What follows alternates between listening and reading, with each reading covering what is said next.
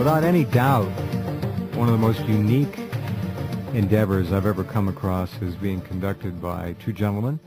And back with us tonight is Clif. Hi. George Ure is not with us, but the two of them together are the co-maestros of halfpasthuman.com. It's a remarkable adventure in future viewing, as it were. They have come up with a way.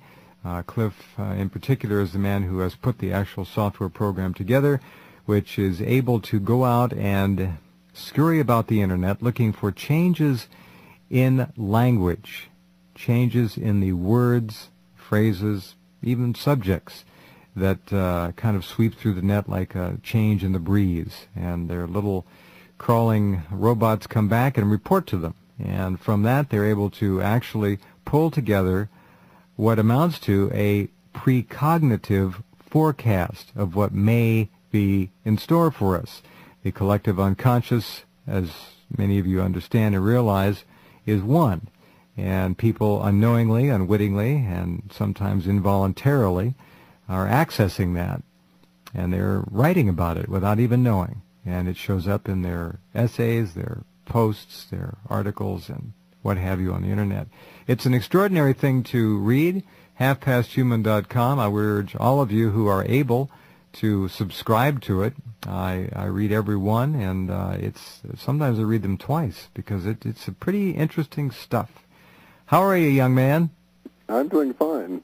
Sorry to hear that you have to read it twice. I know it's rather dense. Moving my mouth when I read is difficult. And you go. Yeah. I get tired, you see. And they are long. That's quite true. Trying to gather all of this stuff and pack it in, it gets both dense and a bit long. Trying to give a good overview. Yeah. Moving your lips to, I have to pronounce the words properly when I'm stumbling through them. So I need every advantage every aid you can get. That's right. All right. Now, what happened and what is happening in the Caucasus is not a surprise to anyone who is a geopolitical observer. This has been building for quite some time. And we watched the build-up to it, i.e. a month ago when a couple thousand Marines were over there, unknown numbers of Israelis were there. The Zionist government sent over and has sent over for a long time all kinds of advisors, the numbers and quantities of weapons and armaments being shipped into Georgia for the last, who knows how many years, is quite substantial, to put it mildly. Georgia attacked on 8/8/8. This is the day, of course, that many people have been forecasting for some time in which something bad was going to begin or happen. And I'm not sure what came up in your research, but I thought it would be interesting to talk to you because you did put out an update on this very kind of thing. Of course, as we speak, Georgia got its rear end kicked, as they say, by Russia, which is no surprise either. And no, actually, it is a surprise.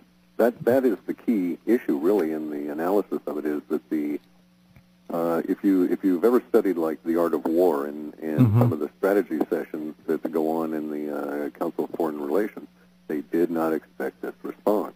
It was a surprise to them. But Bush. Excuse me, Clif, but Bush expected to walk through Iraq and pacify the population too. So you're quite correct. That was the Western perception of it, that Georgia was tough and would be able to hold its own. Please go ahead. Even beyond that, take a step up and look at it from a viewpoint that extends all the way back to 1953.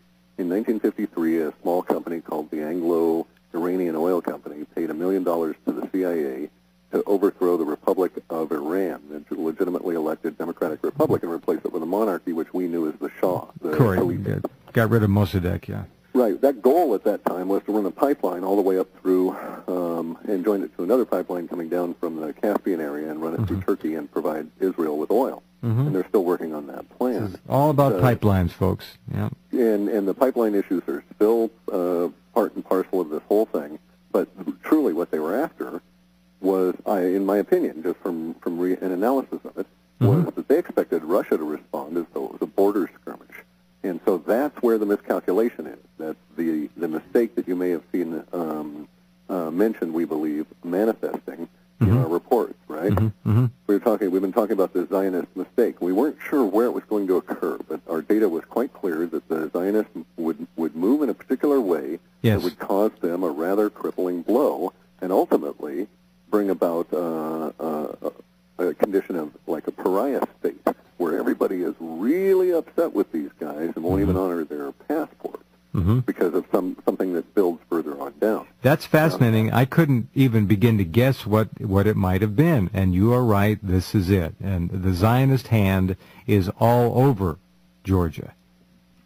It is. It's just exposed everywhere. And the problem is their gross miscalculation because the Russians, aware of the situation, being players in the great game going back into the Tsarist days, and also having a very good critical mind when viewing Israel, not with any kind of blinders on, were able to say, well, the appropriate response is not what we're going to do because that's the expected response. So we'll do a art of war kind of thing on them and seize the high ground and respond with just an overwhelming response. Well, they cut Georgia in half as we speak, basically. Or gobble it up, and it's regime change. We're not through this yet. Now, in our reports, we had a bigger issue arising in the 15th, 16th time frame of August that would concern Pakistan, and that seems to be slowly building up as well. So maybe what will happen is that the Georgia conflict will settle down slightly. But curiously, you know, we keep nattering on about the 7th of October, right? Yeah. And still there? I'm still here. Are you there? No, I mean October 7th is still there in the data? Oh, yeah. And we've chosen 7:10 in the morning to go along with the 10-7 date line. And if you just do a little basic numerology, what do you get? An echo of 8-8. Well, I have it on my wall here. I put it up there. October 7th, 7:10 a.m. Clif. Right. And you just do a 1 and a 7, you have our 8-8 echo. There it is. That's the other aspect of this. And so, okay, we've got an invasion that occurs on 8-8 that stems back to a time resonance that goes all the way back to 1953. Very interesting. Your point about the Russians remembering, when they look at Zionist Israel, they remember very well what the Bolshevik Zionists did to their country for the better part of a century. Oh, yeah. They have long memories. Yeah, my accent is really terrible, but I speak and read Russian to a certain extent. And I've been reading a lot of the Russian press here recently, and they are bringing it all out. It's actually quite vitriolic. There's a whole class of words that are in our politically correct, thou shalt not say under any circumstances category, and they're using every one of them. They are. One of them starts with as though officially sanctioned, and they're letting out all kinds of information. Now, this is interesting for a number of reasons. When I first began to try to make a differentiation on this public platform well over 10 years ago between Zionism and people of the Jewish faith, I was, of course, attacked unmercifully, still am being attacked unmercifully by Zionists who have been hiding behind Jews of good conscience for a long, long, long time. This is a geopolitical secular issue. It's nothing to do with religion or piousness. It has to do with domination, hegemony, wherever it can extend it, wherever it can inflict it, and it is, I think, now become almost fashionable on the net to talk about Zionism as being at the root of many of the greatest crises on the planet, one way or another. And I think this is very healthy. I think it's being now honestly talked about, as it should have been many years ago. This is encouraging. And I think your scenario, your and George's work, pointing to this state becoming a pariah, is looking like it's a go. Everywhere you look, they're being exposed. Yeah. Well, that's something else that our detail layers seem to point out. Bearing in mind, of course, that our granularity falls off after about 19 months. And so we're becoming more guesswork than analysis. Still, we're seeing basically a 2-year time frame or so that we'll see some significant shifts that apparently indicate the more or less crumbling of what you and I might think of as the powers that be. This would be the Council of 300, the Triumvirate, the 3,000 families, the Illuminati, however you want to characterize it. Well, the London banking family cartel, and Rothschilds and so forth. Right. Which at its core, in the Western structure, goes right back to the mob mentality of the Zionist criminal families.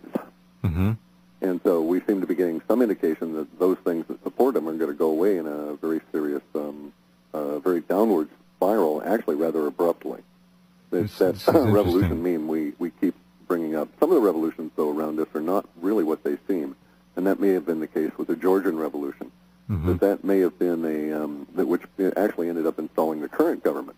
And the recent history of the Georgia conflict goes to the point where the current Georgian president had gone to his power structures and apparently got a 15-day writ to invade his own country, and that's what started this whole business. I see. I believe it's the Secretary of Defense for Georgia is a Zionist Israeli.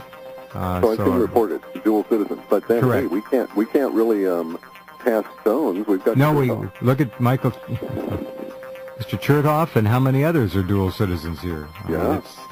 So I think you folks get the idea. The octopus